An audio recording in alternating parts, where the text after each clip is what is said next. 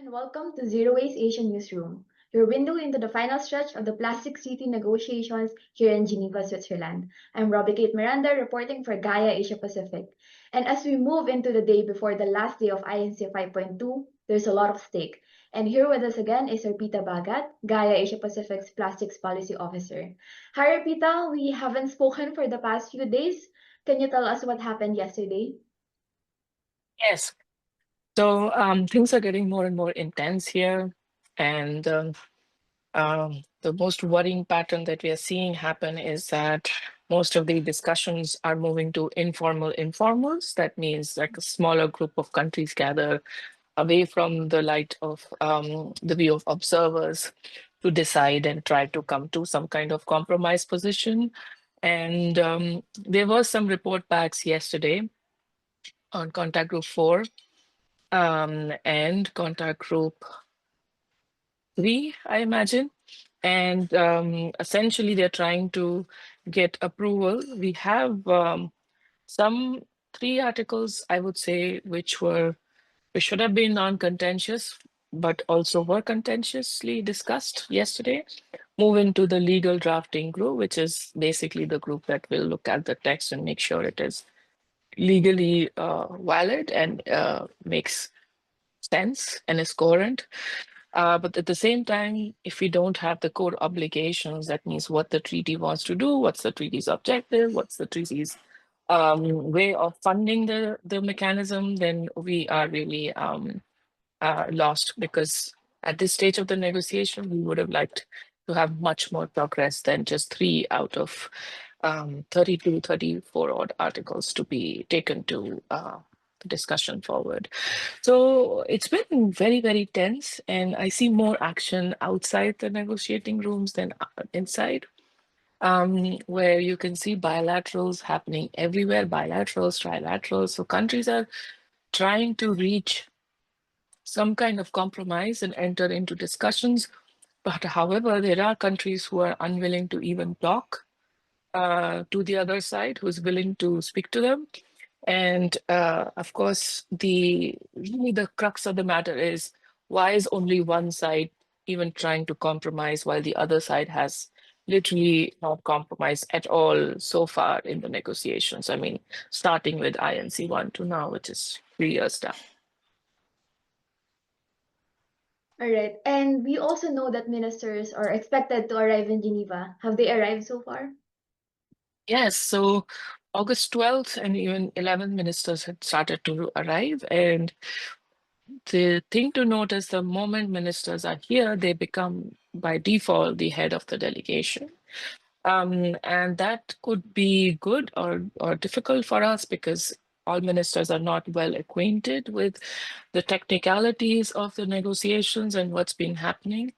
At the same time, some ministers are very clear on what their agenda is, what they want out of this negotiation, and could be very ambitious. So we have some vice ministers here, some ministers, and some ambassadors who have been designated to be participating in this.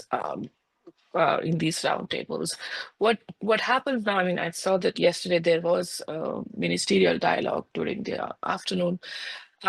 Delegations now are out of the room, like the delegates who've been in the room for the last 2.5 years. And so even they are not quite clear on how things could go, some of them. And there was a dinner that was hosted by Swiss, or the High Ambition Coalition of countries, and we saw some participation. Of course, this was all away from the eyes of civil society, the media, and the likes. And so I can't have detailed information, but I think one thing is clear: we don't have the kind of ministerial presence that we were expecting before getting here. So the numbers are lower than expected, definitely. I think I should also talk a little bit about the action that took place last morning, where certain members of the civil society came together to really call out that we need voting to happen. We can't keep, doing things just the way that we have been doing, because so far we have not progressed. So we should have learned the lesson. At the same time, the process remains elusive. We know that these informal, and now people are calling informal, informals as well. That means smaller and smaller and smaller group of people come together and sort of talk about issues. And that definitely means certain voices are being excluded. Sometimes, we have our country delegates who have no idea where the rooms are. They want to join informal, but they have not been properly informed. I also heard yesterday that the mic was not working for delegates, and so they could not make their proposal in those informals. And that really means that not just that civil society are excluded and is not able to find avenues to contribute effectively, but also that we have some countries who are feeling unheard, who are not excluded. And again, we have the big guns who are trying to decide for everyone else. And that's really problematic. Robbie? All right. So with all these challenges, and you also mentioned there's a lot of actions going on now, how's the process, and are we getting close to finalizing the text? Yeah, so I think at this stage, the buck kind of stops with process and it stops with the politics at play. And we are seeing some newer tactics emerge, but at the same time, we are seeing certain countries stepping up and um, previously who were not really on the right side, trying to be amenable to change. But at the same time, if those key blockers remain adamant the way they have been, and they are, then we really don't have an effective instrument at all. I think the secretariat and the chair kind of saw that the civil society action that happened, on the stockpit plenary and then yesterday, and they've continued to be efforts towards more in the time to come, which is today and tomorrow. They took heed to that and organized a observer conversation. First, there was confusion about when it's happening, but then people figured out where it is happening, when it's happening, and some people managed to join. Of course, media was not allowed in. Questions and answers were not allowed. And for all of, I noted the time from 4:32 p.m. local time till 4:43. The chair and Jyoti Mathur Philip showed up and tried to give a view of what is happening and where we are at.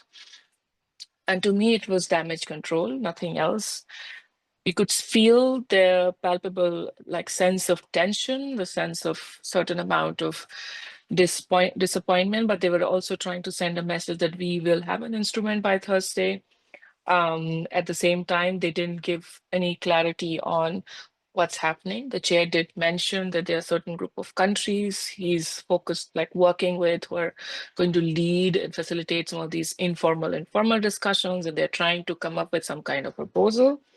But at the same time, it's like too less, too late, in terms of observers inclusion. So we're not in a good place, and there is a lot of information floating around, which means a lot of misinformation. But I think our members are in the right spot in terms of knowing what their red lines are.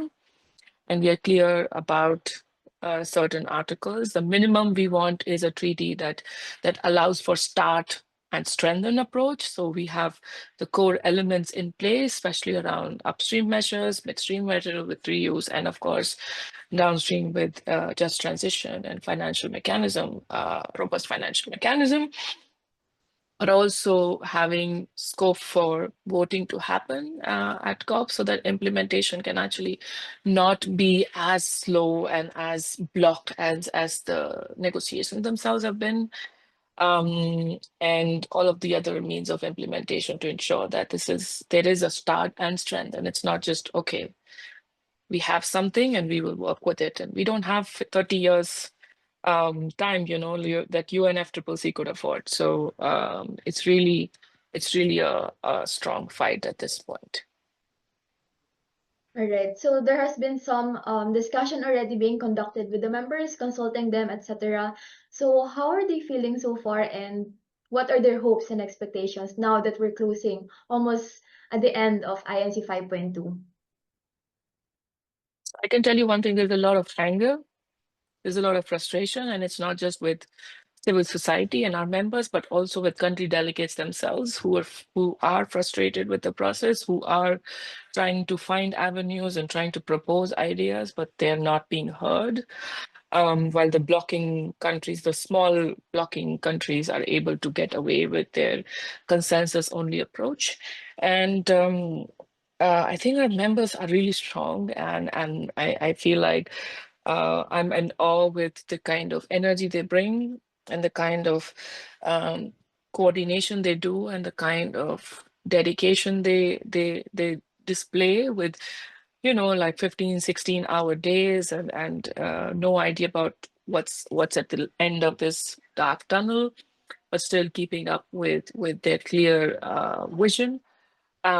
So we have been repeatedly speaking. We are trying to ensure that we are all in this together and we are all aligned as Asia Pacific in terms of what the core demands are. And like I said, we definitely cannot leave from here without strong upstream measures that eliminate hazardous chemicals and plastic products, but also has some language at least around production cuts, as well as strong treaty infrastructure that allows for implementation to actually take place, because we know global south countries will not be willing to accept a treaty which does not ensure finance. And we could have great language around this is what we want to do, but if we don't have means to implement it with terms of financial resources, capacity building support, then it's really pointless, right? So we're hanging in there. We are being supportive. We are taking care, and we are strategizing continuously and trying to ensure that everyone is on the same page. I think that's the way that we are going, Bobby. All right, so now that we're really in the final stretch of INC 5.2, what should we expect in the next 2 days? So that's today and tomorrow. We expect long nights. We expect more exhaustion. We expect the ambitious countries to stand up, to demonstrate courage and not keep compromising.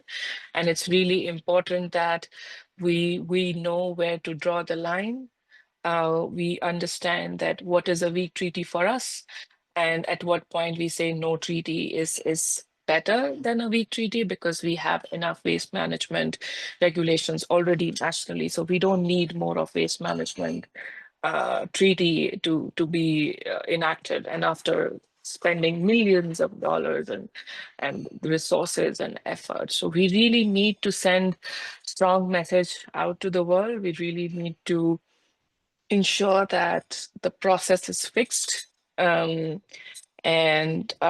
yeah, we are going to have some really long nights, because we have today, and there could be a plenary today or tomorrow, and tomorrow, which is of course the final day. But as we have seen in previous INCs, the final days are long nights. I remember in Canada it was still 3:30 a.m. So I think we're all bracing ourselves and gathering as many snacks we can get, because people, we don't really have time to go grab food at this stage. But yeah, keeping fingers crossed, Robbie. Thank you. All right, thank you so much again, Arpita, for all these updates and insights and what to expect in the next few days. With so much hanging in the balance now, the next couple of days really could shape the future plastic policy for future generations. So for our audience who are here in Geneva, Switzerland, we'll also bring you the Global South Media Briefing featuring delegates from Ethiopia, Fiji, and also Panama. That's later today at 4 p.m. And this is also open to all INC 5.2 participants. We'll post more about it later in our social media. And to our viewers, please stay tuned and stay vigilant for more real-time updates. Please follow at Zero Waste Asia on Instagram and YouTube, and also GAIA Asia Pacific on Facebook and LinkedIn. Once again, this is Robbie signing off, and until next time, thank you. Bye.